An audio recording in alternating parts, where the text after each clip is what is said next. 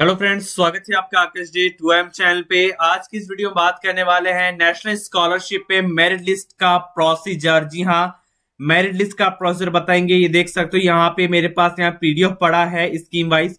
यहाँ पे कंप्लीट बताऊंगा कितने स्टूडेंट को सिलेक्ट किया जाता है, कितना क्या फंड होता है स्टूडेंट का, स्कीम वाइज बात करेंगे। आज जिसमें स्कीम की बात कर रहा हूँ वो है department of higher education CSS scheme के तहत। तो बताऊंगा फ्रेश स्टूडेंट में हर साल कितने स्टूडेंट को सिलेक्ट किया जाता है, इस स्कीम के तहत कितना क्या अमाउंट मिलता है, कौन कौन से कोर्स को कितना अमाउंट मिलता है, क्या क्या क्राइटेरिया रहता है। कंप्लीट इन्फॉर्मेशन शेयर करने वाला हूं, कंप्लीट सटीक इन्फॉर्मेशन रहने वाली है। तो वीडियो को आप एंड तक देखना। अगर आपने CSS स्कीम के लिए अप्लाई किया है तो ये वीडियो आप सबके लिए बहुत इंपॉर्टेंट और हेल्पफुल रहने वाली है, क्योंकि इसमें आपको मैं कंप्लीट बताऊंगा एप्लीकेशन लेने से पहले कितने फॉर्म वेरीफाइड होते हैं, कितना अमाउंट डिसबर्स होता है, कंप्लीट चार्ट जो है एवरीथिंग मैं लेके आ चुका हूं। तो वीडियो को स्टार्ट करते हैं। वीडियो को स्टार्ट करने से पहले मैं उम्मीद करता हूं आप सब इस वीडियो को लाइक करेंगे, सब्सक्राइब करेंगे, अपने फ्रेंड को भी शेयर करेंगे और जरूर करेंगे। चलिए स्टार्ट करते हैं। तो सबसे पहले हम स्टार्ट करते हैं यहाँ पे गाइडलाइंस को लेकर कि CSS स्कीम में कितने स्टूडेंट को सिलेक्ट किया जाता है। तो इस स्कीम का अगर बात करूं, अगर आप क्लास 12 पास आउट होते हैं तो आप स्कॉलरशिप के एलिजिबल हो जाते हो यहाँ पे। और बेसिकली इसमें 82,000 फ्रेश स्कॉलरशिप को हर साल छात्रवृत्ति मिलती है। मतलब है कि 82,000 स्टूडेंट को यहाँ पे सिलेक्ट किया जाता है मेरिट लिस्ट में। जी हाँ, 82,000 फ्रेश स्कॉलरशिप। यहाँ बात हो रही फ्रेश स्कॉलरशिप, रिन्यूअल का कोई नाम नहीं है। क्यों नाम नहीं है वो मैं आगे बताऊंगा। अभी देखिए फ्रेश स्कॉलरशिप बात हो रही है अभी। उसमें आपका pursuing graduate, post graduate degree, college, university, professional course such as medical engineering, ये सारे कोर्सेज जो है आपका शामिल होते हैं। चाहे BA, BSc, BCom, BTech, BBA, MBA, MCom, MSc जो भी कर रहे हो वो सारा इसमें कोर्स में इंक्लूड होता है CSS स्कीम के अंडर। ठीक है, अब यहाँ पे देखिएगा, यहाँ पे भी चीज ध्यान रखिएगा, जो अलोकेशन ऑफ स्कॉलरशिप है, कैसे अलोकेट होता है स्कॉलरशिप, वो आप यहाँ पे देख सकते हो। जहां पे बताया गया है कि CBSE ICSE जो basis number of student passing in out of various boards in country 50%। ठीक है, उसके बाद जो गर्ल्स के लिए कुछ सीटें जो है वो रिजर्व रखी गई है किस स्टेट में।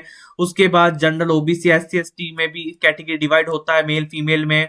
उसके बाद यहाँ बात करूं SC ST को सबसे पहले प्रेफरेंस दिया जाता है एलोकेशन में। और दूसरी चीज है कि जो फीमेल होती है, जो मतलब गर्ल्स है जो स्कॉलरशिप अप्लाई करो, उनके लिए 50% सीट रिजर्व रहती है। सपोज करो यहाँ पे 84,000 स्टूडेंट को सिलेक्ट करती है, यहाँ पे सॉरी 82,000 फर्स्ट स्टूडेंट को सिलेक्ट किया जाता है। 82,000 में 50% सीट जो है वो गर्ल्स के लिए रिजर्व रहेगा और 50% जो सीटें जो है वो बॉयज के लिए रिजर्व रहेगी।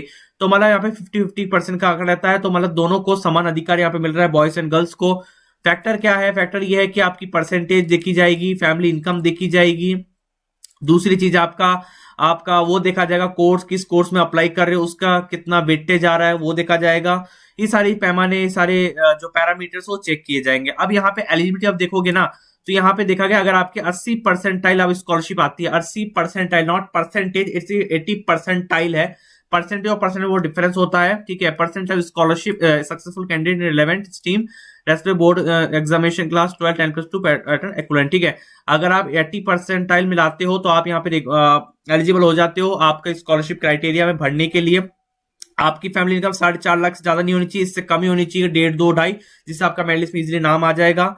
तीसरी चीज है कि आपका यूनिवर्सिटी जिसमें अप्लाई कर रहे हो वो उसका KYC वगैरह सब कुछ कंप्लीट होना चाहिए, डिस्टेंस वगैरह नहीं होना चाहिए। ये सारी चीजें जो है यहाँ पे रखी गई है। रिजर्वेशन की बात करो तो ये रिजर्वेशन का बहुत बड़ा इंपॉर्टेंट रोल है। रिजर्वेशन में आप देख सकते हो, जिसमें बोला था कि स्कॉलरशिप जो है केवल परसेंटेज के आधार पर नहीं दी जाती है, फैमिली इनकम के आधार पर नहीं दी जाती, फंड कोटे के आधार पर नहीं दी जाती है। रिजर्वेशन भी कहीं ना कहीं मैटर करता है। तो वहां देख सकते हो आप SC के लिए, ST के लिए, OBC के लिए, जनरल के लिए कितना परसेंट जो है रिजर्व जो है यहाँ पे रखी गई है यहाँ पे। ठीक है, 5% हॉरिजॉन्टल रिजर्व भी यहाँ पे रखा गया है। तो ये सारे जो क्राइटेरियाज हैं वो यहाँ पे निर्भर करते हैं ये चीज। ठीक है, चलिए आगे बात करता हूं मैं। यहाँ पे प्रोसीजर ऑफ स्कॉलरशिप मैंने बता दिया। स्कॉलरशिप अमाउंट कितना मिलता है अकॉर्डिंग टू 2022-23 डेटा, मतलब 2022-23 से ये रूल नियम चेंज हुआ है, मतलब रूल चेंज हुआ है। पहले पैसा कम मिलता था, लेकिन 2022-23 से जो रूल्स है वो क्या कह रहा है कि आपको 12,000 रुपए की स्कॉलरशिप, मतलब कि अगर आप फ्रेश स्कॉलरशिप अप्लाई कर रहे हो, सपोज करो आपने 12वीं पास किया और फर्स्ट ईयर में 2024-25 में अप्लाई किया फ्रेश स्कॉलरशिप, तो आपको 12,000 रुपए की स्कॉलरशिप मिलेगी। कब तक मिलेगी? 3 साल तक, मतलब जब तक आपका अंडर ग्रेजुएट कोर्स है। सपोज करो आपका फर्स्ट ईयर में 12,000, सेकंड ईयर में 12,000, थर्ड ईयर में 12,000, मतलब एक बार फ्रेश स्कॉलरशिप अप्लाई करो, दूसरी बार रिन्यूअल करोगे, थर्ड बार रिन्यूअल करोगे, तो आपको 12 24 बातें 36,000 ये आपको मिलेंगे।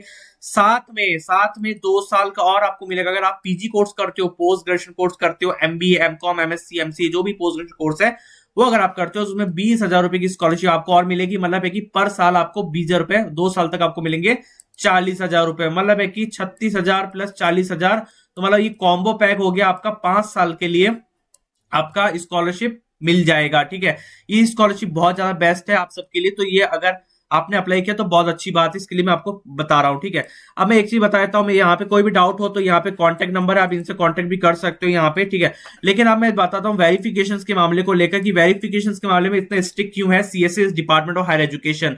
वो बहुत मामला जरूरी, आज तक यूट्यूब में किसी ने भी बात शेयर नहीं की। मैं बता रहा हूँ आप लोगों के एक्सपीरियंस के आधार पर, अगर आप वीडियो देख रहे हैं। देखो यहाँ पे बात करता हूं कि 2023-24 की डेटा लेता हूं मैं यहाँ पे, उसके बाद बताऊंगा मैं आपको। 2023-24 डेटा में 1,99,00,000 सॉरी 1.99 लाख स्टूडेंट ने फॉर्म अप्लाई किया था। करीबन 2 लाख स्टूडेंट ने फॉर्म अप्लाई किया था, मैं मानता हूं 2 लाख स्टूडेंट ने फॉर्म अप्लाई किया था। उसमें से फॉर्म जो है 1,30,000 फॉर्म ही वेरीफाई किए गए। जी हाँ, 2 लाख में से 1,30,000 फॉर्म वेरीफाई कर रहे हैं। इसका मतलब समझ रहे हो आप कि कवाकी ऐसे कुछ लोग होते हैं जो इस मजे मजे में स्कॉलरशिप का फॉर्म भर देते हैं, जिनको कोई लेना देना नहीं होता है स्कॉलरशिप को लेकर, ना कोई अपडेट देखते हैं, ना कोई गाइडलाइंस देखते हैं, ना कुछ वेरिफिकेशन करवाते हैं, ऐसे ही फॉर्म भर देते हैं। चल मेरा दोस्त भर रहा है मैं भी भर देता हूं, उनको कोई मतलब नहीं होता है। ठीक है, लेकिन वास्तव में जो डिजर्विंग कैंडिडेट होते हैं ना, इससे उनका इंपैक्ट पड़ता है। जो डिजर्विंग कैंडिडेट होते हैं, ठीक है, कभी कभार डिजर्विंग कैंडिडेट होते भी उनको स्कॉलरशिप नहीं मिल पाती। इसलिए मैं कहूंगा स्कॉलरशिप उन्हीं लोग भरे जो जिनकी फाइनेंशियल कंडीशन खराब है, या जो पढ़ाई नहीं कर पा रहे हैं, उनको फाइनेंशियल हेल्प गवर्नमेंट की तरफ से मिल सके, उनके लिए सबसे ज्यादा बेस्ट ये रहेगा आप अप्लाई करें।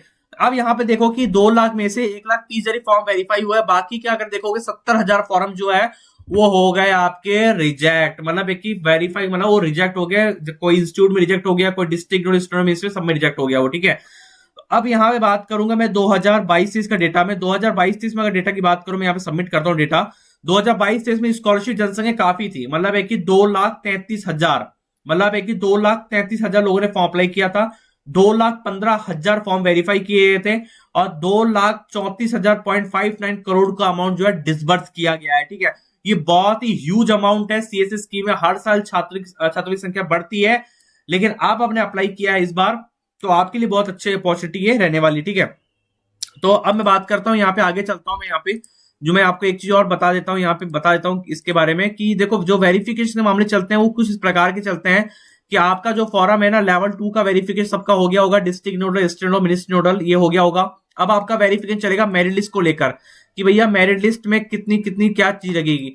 मेरिट लिस्ट का प्रोसीजर मान लीजिए, आपका जो फेज 3 आने वाला है आपका फरवरी के मंथ में, हो सकता है फरवरी के मंथ से स्टार्टिंग से लेकर कुछ बिहार के स्टूडेंट, कुछ यूपी के स्टूडेंट, जो बड़े बड़े स्टेट के स्टूडेंट पढ़ाई कर रहे हैं, उनका हो सकता है कि स्टेटस चेंज होने लग जाए, उनका मेरिट लिस्ट के आगे यस देखने को मिल सकता है। बहुत ये आशंका जताई जा रही है खासकर इस साल, क्योंकि इससे पहले अगर प्रोसीजर की बात करूं तो मार्च में ये सारी चीजें होती थी, लेकिन अब जो है फेज 3 जल्दी आ रहा है, तो फरवरी में देखना ये रहेगा कि जल्दी से जल्दी मेरिट लिस्ट का प्रोसीजर स्टार्ट हो रहा है, मिनिस्ट्री कर रही है, क्योंकि ये सारी चीजें स्टेट मिनिस्ट्री के ऊपर ही पूरी सारी चीजें दामोदार रहता है, डिपेंड करता है। ठीक है, तो मैंने आपको कंप्लीट बता दिया, आप समझ गए होंगे कि भाई वेरिफिकेशन कैसे होते हैं, कितने फॉर्म अप्लाई होते हैं, और कितना क्या रिजर्वेशन रहता है कोटे का, कितना कितने स्टूडेंट को पैसा मिलेगा, ये मैंने कंप्लीट आपको गाइडलाइंस बताया खासकर सीएसएस स्कीम को लेकर। तो अगर आपके मन में कोई भी डाउट है सीएसएस स्कीम को लेकर, डिपार्टमेंट ऑफ हायर एजुकेशन को लेकर, प्लीज कमेंट जरूर कीजिएगा, हम आपको और भी शेयर करने वाले हैं पीपीटी वगैरह,